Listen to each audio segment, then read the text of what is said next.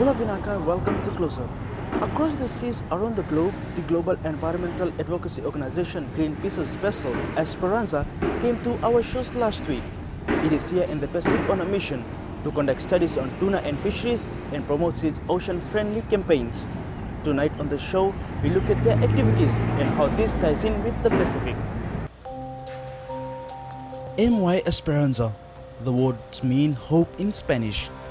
It's that hope that represents just one of Greenpeace's 3 maritime vessels that travel the world, delivering their environmental message.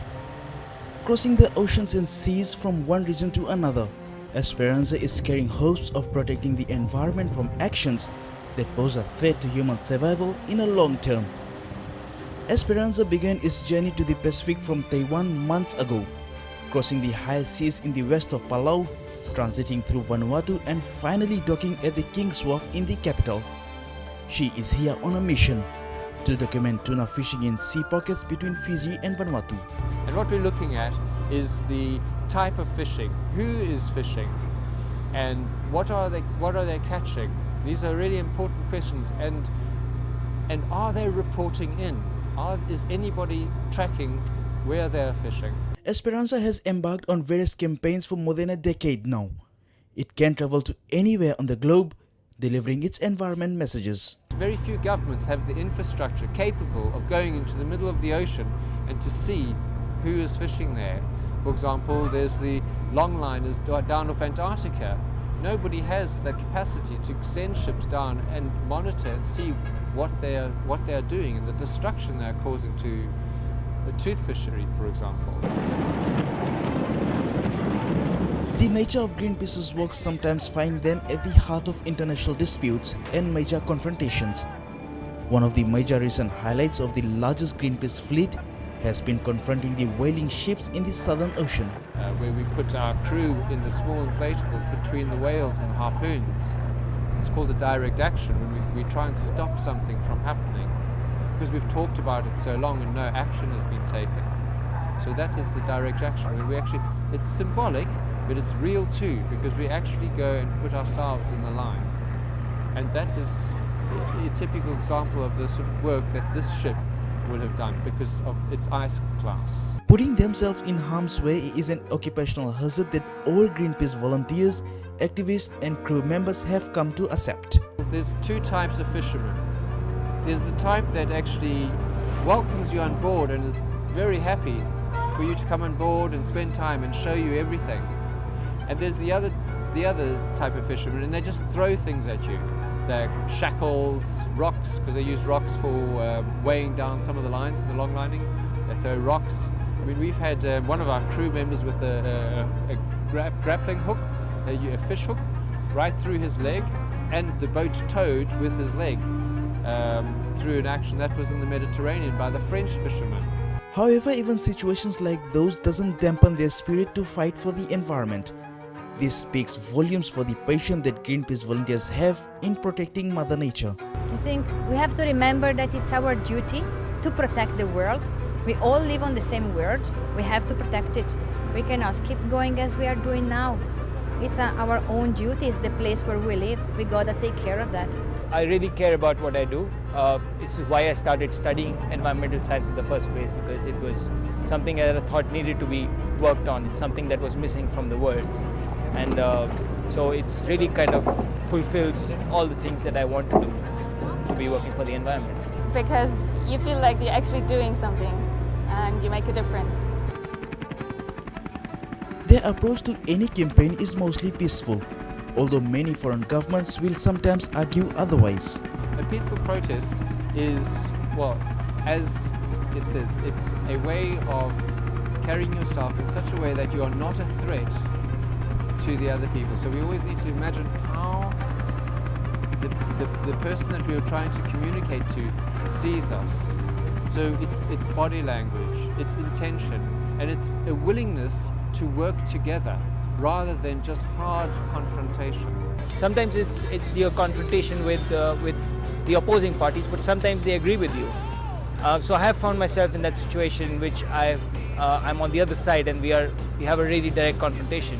But often you also find yourself in a situation when your opponents start agreeing with you, because they are not inhuman. Everybody cares, and you can actually make a difference by talking to them and by convincing them that there is a solution to be found. While these Italian, Indian and German nationals are leading the way, Fiji nationals are also stamping their mark. Being a Fijian on board the Esperanza, the message that I want to get out there is that we Pacific Island countries are the ones that's going to face the effects of climate change, and also the bigger countries are plundering our oceans, which people don't know what's happening out there. So we are here as Greenpeace to witness and to tell the people that we are here for them. And a lot of people don't know what climate change is. They see the effects of climate change, but they don't know why it's being caused. There are villages that are being relocated, and the villages don't know what's happening. I just want to first educate the people in Fiji about the effects of climate change, the causes of climate change, and what they can do. And then once Fiji is united with that knowledge, then we can approach the international arena and tell the world what's happening in the Pacific. Campaigning for the oceans in the Pacific was not as challenging as it is in other regions. One of Greenpeace's fleet's Arctic Sunrise recently made the headlines in the international media when the vessel and its 30-member crew were detained by the Russians for their protest against drilling and extraction of oil from the Arctic. On this occasion now, in Russia, there was this very heavy-handedness from the Russian authorities who put the climbers in danger with their boats beneath them, fired rounds of live ammunition into around the climbers, because people could have been killed in this activity, and then illegally boarded the ship in international waters, surrounded the crew up and towed it back to Murmansk. And now the crew have, up until very recently, spent a full 2 months in jail. In fact, they've only been released on bail at the moment, but one of the crew is still in jail. So why saving Arctic from oil extraction is so important for the whole world? Even far greater than the Deepwater Horizon in the Gulf of Mexico. That took them 2 months to plug the leak in the Gulf of Mexico. In the Arctic, it could take over a year because they have such a small window to work in because the weather is so terrible. So an oil spill is absolutely catastrophic in the Arctic. You don't need to be a rocket scientist to understand that a rising sea level for low-lying countries like all the Pacific Islands would really spell disaster. And also for any country actually that has a coastline, even the smallest amount of sea level rise will cause really devastating changes. Apart from that, if you look at all the storms that are starting to develop, the new cyclonic disturbances that are beginning to increase, it's really nobody knows. It's like a Pandora's box. Once you open it, you have no idea what's going to happen. If the Russian government or if Shell and Gazprom were trying to stop Greenpeace campaigning, they've gone about it the wrong way. If anything has happened, Greenpeace has become far stronger and far more vocal in our campaign to stop drilling in the Arctic. It's simply a question of greed. It really is. Who wants to have more power, who wants to have more money? Really, but what's the use of power and money when we don't have a world to live in? When we don't have food to feed our families? There's an old Cree prophecy that says that only when the last fish is dead and the last animal has died and the last tree has been cut, that's when man will realize that he cannot eat money. Now done with the Pacific, the Esperanza has set its sail to Australia on another mission to save our environment. We know what comes out of Australia. There's a carbon bomb sitting in the northeast corner of Australia, and it's about to go off. And we need to stop that. And how will you go about doing that? Well, I can't really tell you in this interview.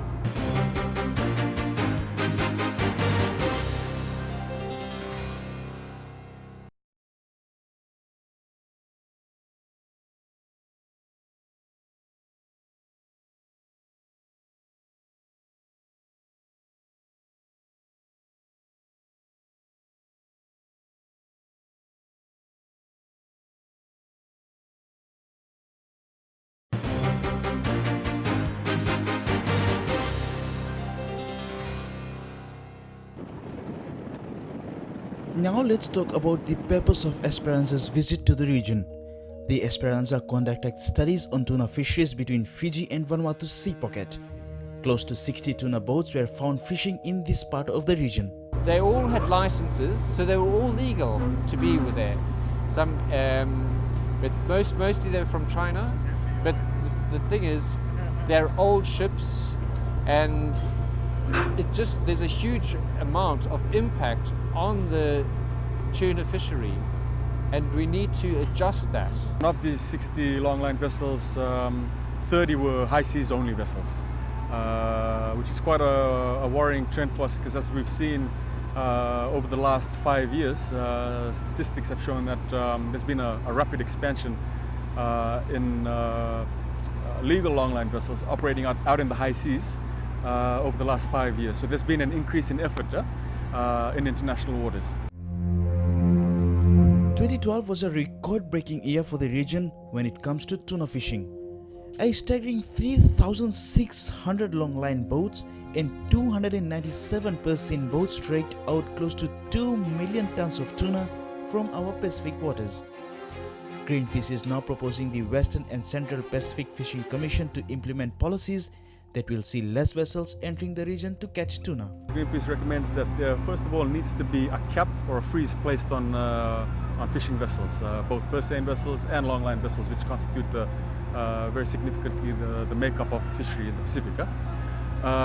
Following that, there needs to be a review and an audit done on the fleet size, looking at the numbers of vessels that are now operating in the Pacific, as well as the appropriateness of these vessels, both environmentally and socially. And similar calls have also been made by some non-government organizations. We need to reduce the number of vessels that are fishing, not only in Fiji, within the Fiji EEZ, but within the Pacific as a region. We need to decrease those vessels, and we can set more sustainable catch limits. There's a little doubt that the Pacific is the richest and biggest source of tuna in the world, supplying over 60% to tuna globally. But they only receive 5 to 6% in return as excess fees. Given the fact that marine resources are a major source of livelihood for the Pacific, some argue we in the region are on the losing end. Big-eye tuna, for example, is now at record low levels, and it's highly unsustainable. So we are saying that there needs to be limits placed on the major tuna species, catch limits, and following that there needs to be a process whereby the Western and Central Pacific Fisheries Commission, who are the international treaty body that looks after tuna fisheries in the region, they need to put in place a very clear, transparent and time-bound process to eliminate the excess capacity that is now affecting the tuna fishery in the region. We have the last healthy stock of tuna, and the rest of the world is coming and taking it any way they want. So basically, well, the most important thing I want to tell the world is that these are our resources, and we want to keep it safe for the rest of the world. It's more important for us, the Pacific Island people, to realize this. Okay, this is something very important, because at the end of the day, this is our livelihood. Okay, if we don't have any more fish in the sea, then you are talking about a very, very hungry South Pacific. Okay, many of our Pacific communities rely on the marine resources as a direct source of income, food. Greenpeace has now come up with a set of criteria for tuna vessels. The criteria looks at environmental issues relating to tuna fishing and will be presented to the Western and Central Pacific Fishing Commission later this year. They need to ensure that the fishing vessels that are allowed into the Pacific are environmentally compliant. They also need to be taking a look at the types of methods of fishing to ensure that these vessels are only targeting tuna and not responsible for bycatch issues, catching turtles, catching sharks. There also needs to be a greater look at energy efficient vessels. So we have a huge issue with climate change now in the Pacific. This needs to be taken into account. Greenpeace also suggests there is a need to evaluate whether these vessels are providing enough benefits to smaller island states. There also needs to be an improvement in the working conditions. We've been out there over the last 2 months. We actually visited a couple of vessels during these 2 months upon the invitation of the captains and the masters of these boats. And some of the conditions on there were quite atrocious. You know, they didn't have proper sleeping facilities. They were working 23-hour days over 3-4 weeks. You know, so it's quite atrocious. Apart from illegal vessels, the large number of licensed tuna boats is also a serious concern. We've also seen that some countries in the Pacific are also giving out too many licenses.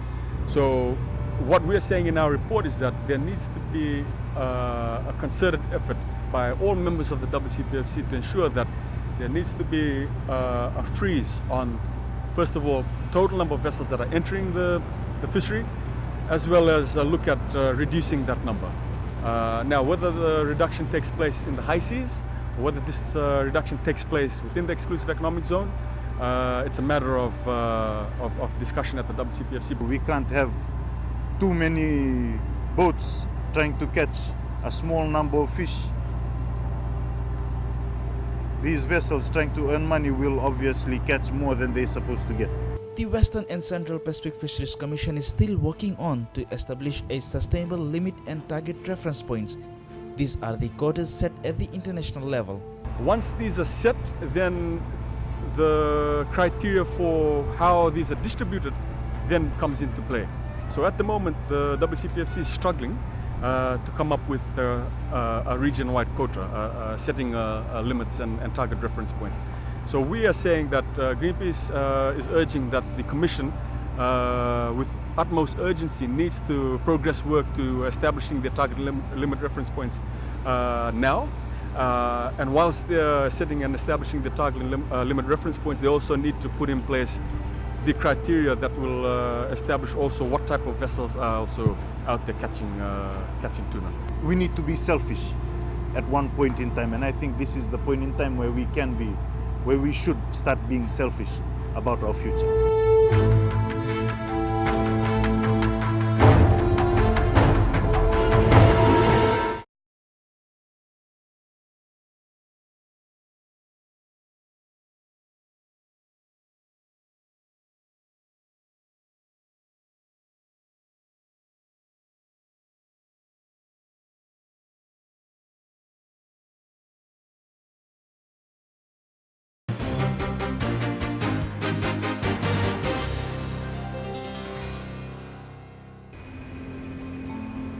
These are some of 70 tuna boats belonging to local companies that have been tied up for some time now.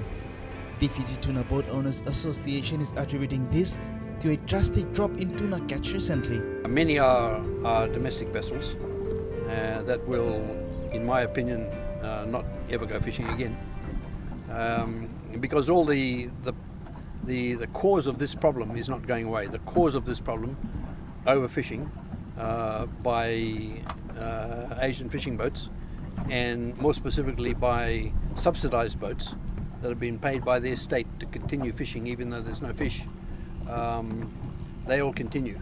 The local industry claims that tuna catch rates for the local companies have fallen from 200 tuna per day to 10 tuna per day in recent months. If this is indeed true, then the $300 million tuna industry is in grave danger. In the long term, this fleet has to be cut right back.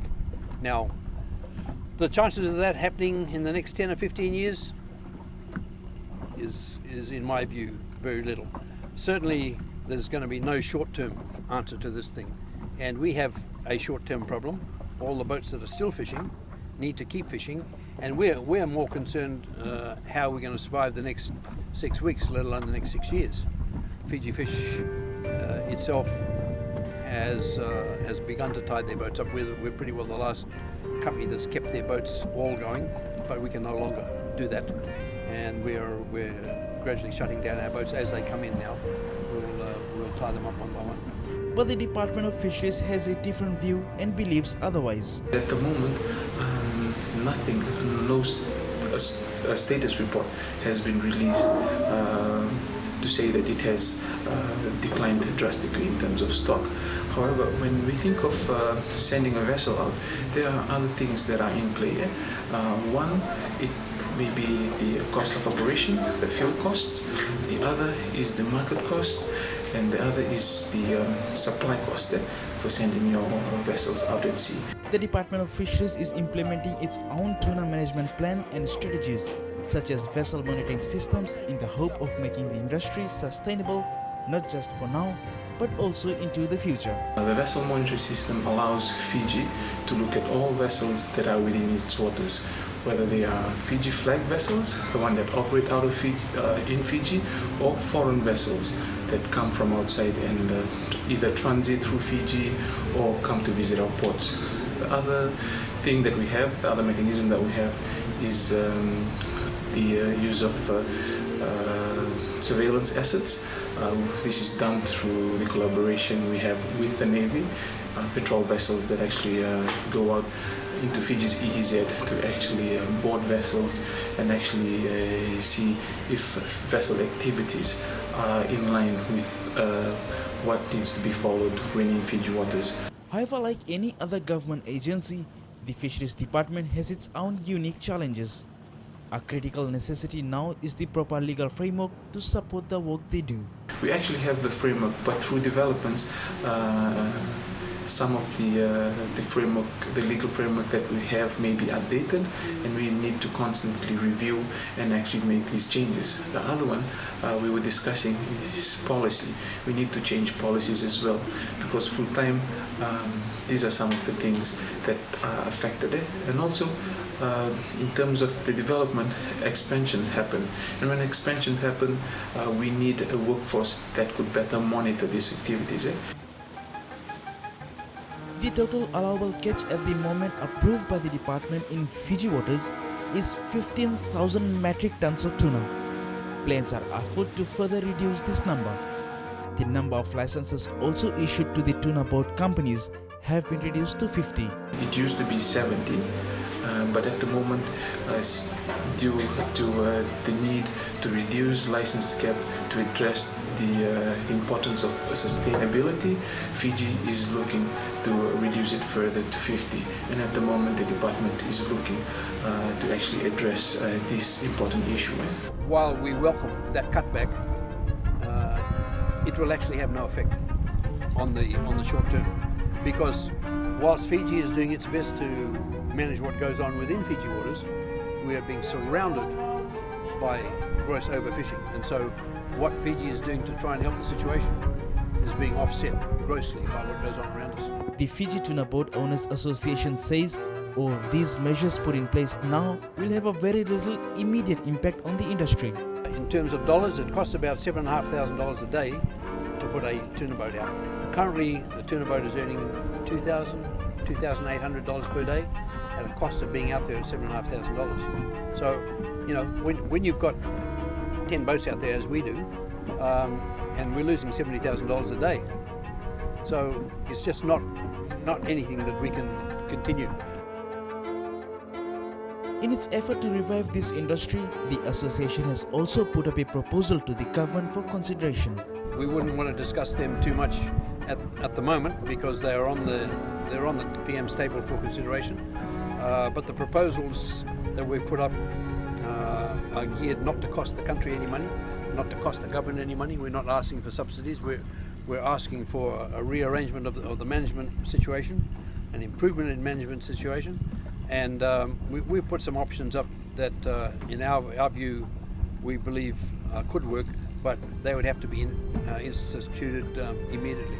We were quite fortunate to be given additional 25 posts to actually combat the challenges that we actually have.